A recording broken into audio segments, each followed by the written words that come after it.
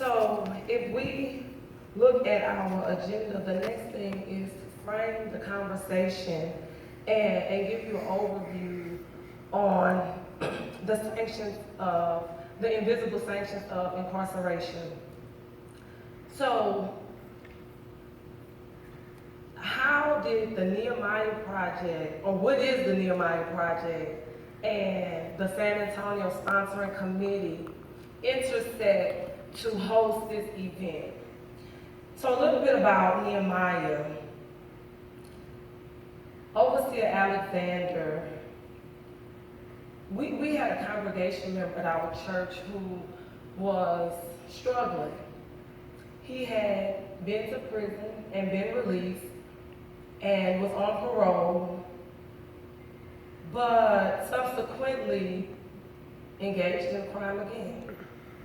So he was at court for his new charge, his new offense, and ran into one of our disciples.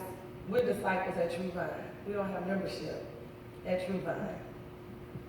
Ran into a disciple and she invited him to come and worship with us. So he came to worship with us and he wasn't ashamed of his past. He would talk about it, he was open about it. And he shared with us some of the dilemmas or struggles to navigating reentry. Well, the struggle, the road, the journey became more difficult as time went by. And one Sunday, he laid before God and he wept. And it did something to Overseer Alexander, and he posed a question. He said, what is the role of the church in reentry? And from that Sunday, back in April of 2014, we have set out to answer that question. And that's been the goal of Nehemiah. So, looking at what had been going on in the city with the Reentry Council that Commissioner Atkinson started and the Faith-Based Reentry Committee, and not really wanting to reinvent the wheel, we said that there was a disconnect between some of the county efforts and initiatives and communities of color. So there was a Reentry Sunday, and it wasn't well represented by the Black community, just to be quite frank and honest with you all. So Overseer Alexander said, well, we should do something like that in the Black community. And so this was in this was in August of 2014. We invited the formerly incarcerated and we invited reentry service providers at that initial event back in 2014. And every summer, we do a reentry forum where we connect the formerly incarcerated or returning citizens with reentry service providers. And this effort, this initiative, this project has really taken on a life of its own. We have gained allies with Episcopal Church of Reconciliation, Chrysalis Ministries, Emmanuel AME, Masjid Ibn Bilal Rabbi, the Nation of Islam, and I don't want to name all of them, but San Antonio Fighting Back, and we have been able to connect the formerly incarcerated with reentry needs. So we are meeting their immediate needs, giving them immediate relief. However, the sponsoring committee is an organizing effort, and they do broad-based organizing. They affect policy.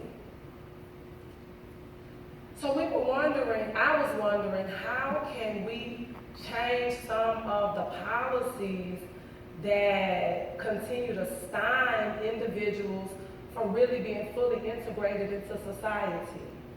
Continue to hold individuals back from living to their full potential or capabilities. They're fulfilling their human dignity.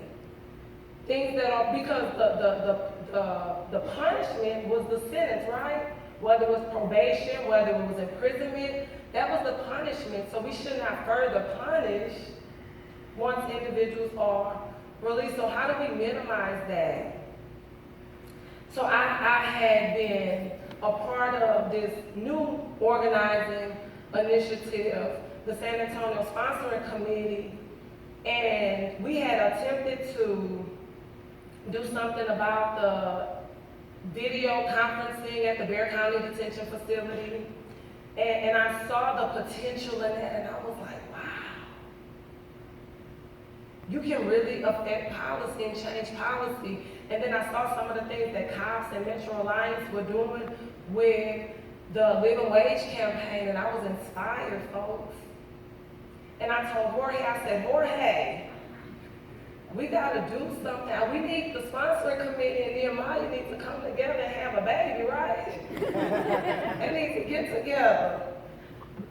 And Jorge has been working alongside of me with some of the other organizations in the sponsoring committee now for 2 years.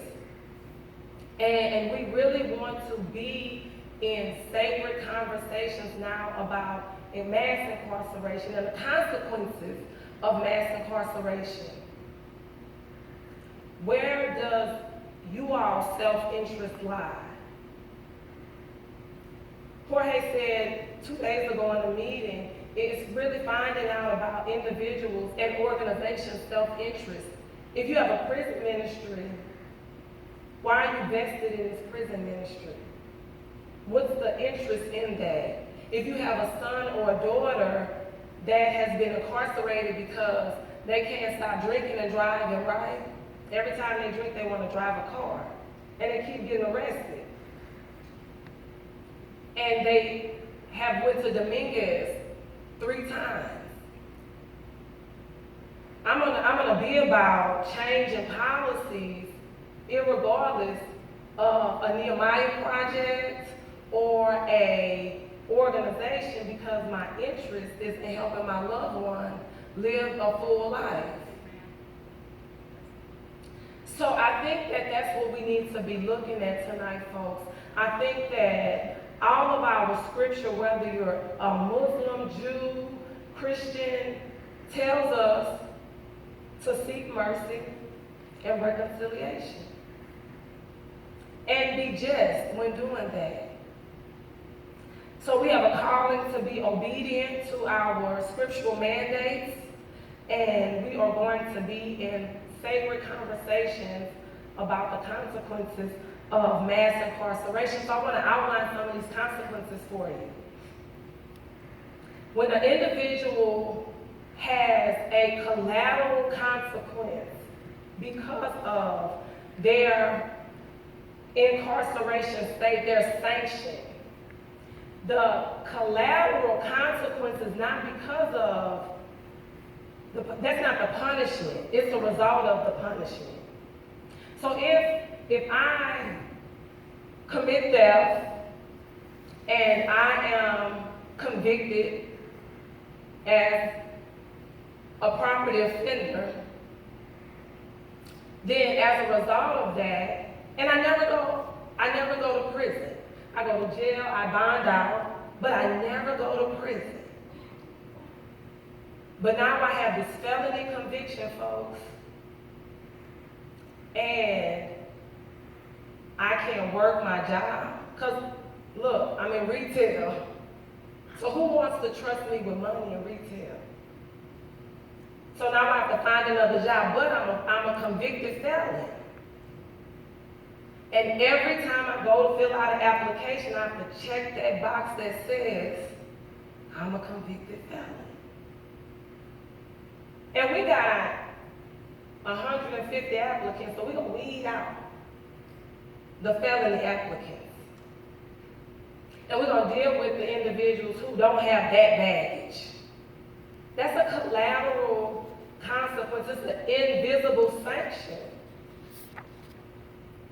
So employment is heavily affected by incarceration. Whether it's mass incarceration, whether you do prison time, whether you do probation, whether you do parole, but a criminal conviction will limit your ability to have gainful employment. And gainful means you can support yourself and your family. Not you have to work 2, 3, 4, and 5 jobs just to piece some things together. And never spend family time or quality time. You have no quality life when you are working multiple jobs.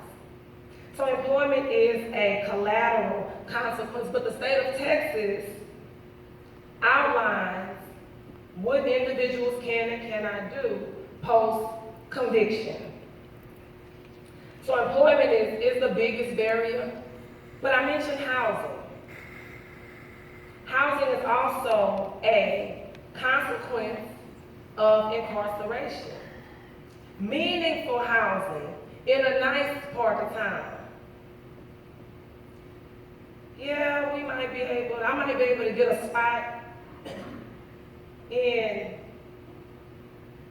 an impoverished, a distressed part of town. But I have a family. I have children. And I don't want to be concerned about the conditions that my children have to walk through to get home. So housing, federal housing and state housing policies are affected by convictions. There are policies that exclude drug offenders from leasing or being on leases because of their felony conviction.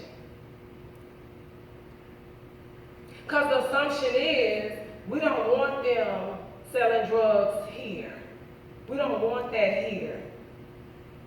So there are housing policies in place that prohibit individuals with certain types of convictions from securing housing there, living in those particular locations. Educational funding. Educational funding. Please don't commit an offense and you're receiving student aid. You just disqualified yourself from ever receiving aid again. And if you are on any kind of federal charges or pre-release status or post-release status, you cannot receive federal financial aid until you are off of supervision. So how many individuals we come in contact with selling drugs off federal property, any housing and urban development property, that's HUD property, that's federal property. That's a federal offense. So you are going to a federal Bureau of Prisons institution, and until you are complete with that sentence, you cannot receive federal aid. So educational funding is a barrier to, a consequence of incarceration. Federal assistance, whether that's state assistance or it's federal assistance. You know, Medicaid, WIC, food stamps, other social programs that individuals who are affected by mass incarceration really need to survive. I need food stamps because I don't make enough money to buy food. I make enough money to pay my rent and my utilities, but I'm short on food. So the lifetime ban has changed. A lady by the name of Lauren Johnson, who is a returning citizen. She had gone to prison and she was a returning citizen. She really needed food stamps. She really needed the assistance with food. So she went to a representative and told her story. So initially she went in there and she was like, this is why we should not have a lifetime ban on food stamp eligibility. And the representative, the state rep, was like, well, what does that have to do with you? You know, people are ashamed of their, going to prison, folks, is shame-based. There's stigma attached to it. So I'm at the State House in Austin, and I'm trying to advocate to have this policy overturned, but I'm ashamed and I'm embarrassed to tell my story. So she went back to grassroots leadership, and the criminal justice folks said, no, you go tell your story. We'll work with you on your story. She told her story. Now the session had ended by the time she got it together. She had to go back the next session. But the 84th legislative that lifetime food stamp ban was amended to a 3-year period post-conviction. But that's just one policy that had been, or in consequence of incarceration, that has been amended. Asset forfeiture. Asset forfeiture. If you are arrested for a crime and you cannot show that you have the means and ability to purchase this legitimately, the federal government and state government can seize cars, houses, boats, electronics. I know a gentleman right now who's still trying to get his car back from the state of Texas. Still trying to get his car back from Montgomery County Sheriff because they seized it. Surcharges. Surcharges is a consequence of incarceration. Whether that's on probation fees or parole fees, or it's on licensing. So we tell folks that go to prison and go to jail, oh, be your own boss, start your business. A lot of them want to be barbers. A lot of them can cut hair. But will I pay the $250 surcharge so I can get licensed because I have a felony conviction? And we're not even going to talk about any kind of medical licensing that individuals have and the surcharges that are attached to those licenses. Nurses, medication assistants, even CNAs. Even CNAs. Voting. We know about voting. The NAACP and a lot of other organizations who advocate for voting rights have been crying or really trying to educate the public about what your voting rights are post-conviction and pre-conviction. It's a lot of people sitting in Bexar County Jail right now that is not convicted. I don't know if they know if they can vote or not. If you have not been convicted, you only been arrested, have not been convicted, you ought to vote. We ought to see how we can get those individuals ballots. Public office. We have some politicians here today. We have a judge, and thank you, Judge, for being with us today. Thank you, Mr. Tony, for stopping by. And just the questions that they ask you when you go in to apply to run for public office. And jury service. You cannot serve on a jury.